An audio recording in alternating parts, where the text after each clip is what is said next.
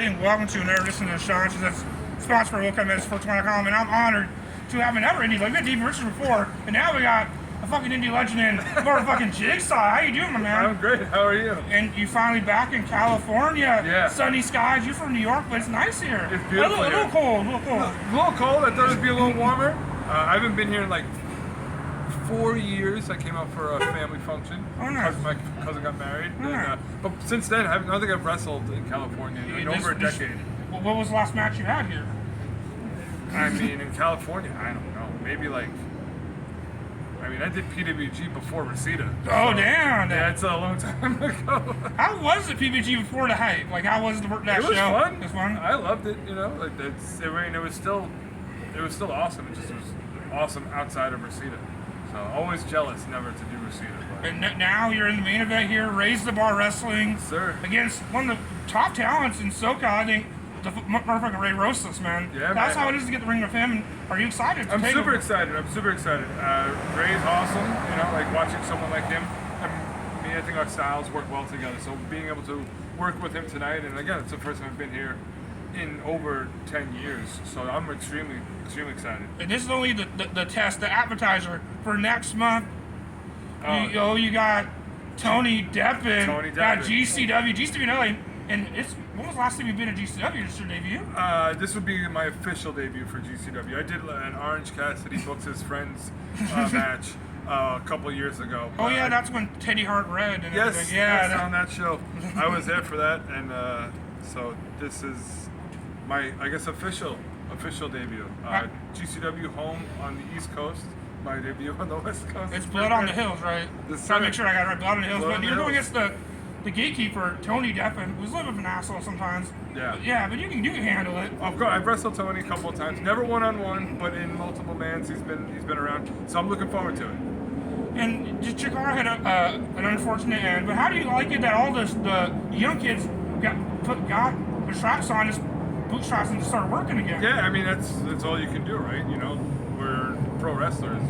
We wrestle. You know, Definitely. It doesn't matter where it is. You know, like I said, like I'm on the East Coast. I'm out here on the West Coast doing a little wrestling. I was in Maine last week. I was in North Carolina the week before. You know, you travel. You travel, and that's what you do. And I'm excited for them and their future. And you know, it's happy for them. Who's some of your favorites? Like we got Edith Surreal, Boomer Hatfield wrestling.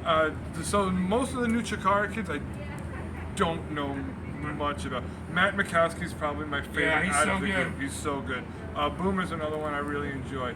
It's probably those two guys, and then you know you have the older guys, the older statesmen, like a very good professional wrestler. Oh yeah, who is a very good professional wrestler. How do you like the resurgence of him? He's been tearing it up lately. I think you got him. You got Big Dan Champion. You got the Boar. You got some good guys out there. And then also JCW, your boys Legion of Rock, doing some good. Frightmare Hall Wicked, definitely the upper echelon of Chikara, the Chikara days. Yeah, 100%. Those guys are phenomenal. I think Hollow Wicked's the most underrated professional wrestler walking God's green earth, and I think a lot of pro wrestlers will tell you that. So I'm really happy for them. And if you had more Cali dates next year, who'd you like to work for California?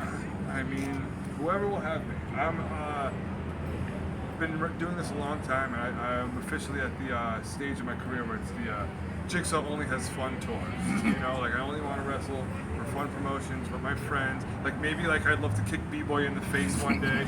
That would be like something I'd love to do. You know, a couple of years ago, B-Boy one time he stepped on the side of my face, and this GIF went viral. It went viral, and everyone's like, he's so mean. And I'm like, he's such a prick. If I ever saw him, I'd punch him right in his face. If I ever see that B-Boy again, I'll just punch him right in his face. But aside from that, no, I would love to just be out here on the West Coast doing pro wrestling. You've been out here grinding for so long time. How does the social media take over all these promotions and the landscape? What do you think about the landscape now? I think it's great. I was actually talking to someone earlier where I said that when we came up, it was all tape trading and DVDs, and that's the way you got your name out there, and you were hoping that your DVD made it to the right promoter's hand. And now it's YouTube, it's all these things, it's Twitter, it's Instagram, it's TikTok, it's whatever these guys and girls can do to put themselves out there. And I think it's such a valuable tool, and I'm really excited to see the new crop of pro wrestlers come through and use that and take advantage of that. The downside is that people get put in a position of too fast, too much too fast. Yeah, too much too soon can happen to you. That's a sink or swim type deal. But you know, if you're cut out for this, you'll swim. And how do you like seeing like guys like Grim Reaper, guys that have been around, too hot, Steve Scott, just finally getting their just due. Like, I love you, and definitely I think you're one of the best indie wrestlers. Thank you very much. I appreciate that.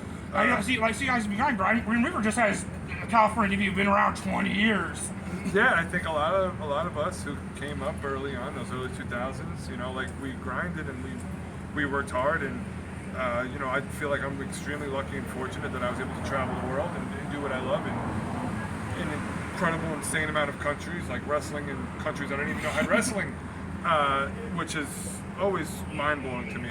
And when you see a guy like Reefer, who is from my area, we are from New York, and I've wrestled them countless times, to see someone like that get, you know, a spotlight shown on him, which should have been on him years ago, is exciting too. And also guys like Deranged, definitely. And then Deranged, man, that's awesome. You don't know Deranged? Ghost Shadow. Ghost Shadow and Deranged are two guys whose movesets were stolen for years and years and years. Personally, I've definitely taken a bunch of their stuff as well, but it's just, they're so good, and to be able to see them now with a new set of eyes, just to appreciate their work. Yeah, those are two. There's so many good guys. And we got Amazing Red coming back. He just faced Ospreay. And definitely, I want to end this. You know a guy that's on TV right now, Eddie Kingston. You've been around a long time. What's a good Eddie Kingston story? And how good is it to see him finally on TV doing what we thought he should, making that money? I'm so happy for, obviously so happy for Eddie. I love Eddie. If he were to see this, I hate you and your words. But I mean, I've got 1,000 Eddie stories. You know, still talk to him all the time. Extremely happy for him. He worked his ass off, and when doors were closed, he kicked them open. And when someone told him no, he said, "All right, fuck you. I'll do it my way." And he grinded, and that's the epitome of grind. Eddie is the poster boy for grind, and it's not just myself. It's all those Gen 1 Chikara guys who are so thrilled for him. And to watch Bryce Remsburg alongside him do his thing, you know. And you have so many of these great guys, you know. Orange Cassidy, 3.0. You got so many of those guys who came up with us, just killing it, crushing it, and yeah. And you just turn on TV and you see your friends just killing it. I turn on TV and I get to see my buddies, and it's, you know, Chuck Taylor and, you know, Wheeler Yuta and, you know, Claudio, and just you see your friends, and Rami and Kevin Steen, and you see your friends and you're just so happy for them. But to circle back to Eddie, couldn't be happier for him. My mom saw Eddie Kingston on a commercial for TNT, and she started to cry, you know, because she spent so many years alongside him. So it's you're over the moon happy for them. You're the pride that you feel when you see them. It's like watching, you know, it's so good. They couldn't be happier. I like putting IWTV, and that's where people can get Jigsaw matches. Yeah, and people like Chikara's on there. What match did they watch? IWTV, Jerry.TV, as I like to call it.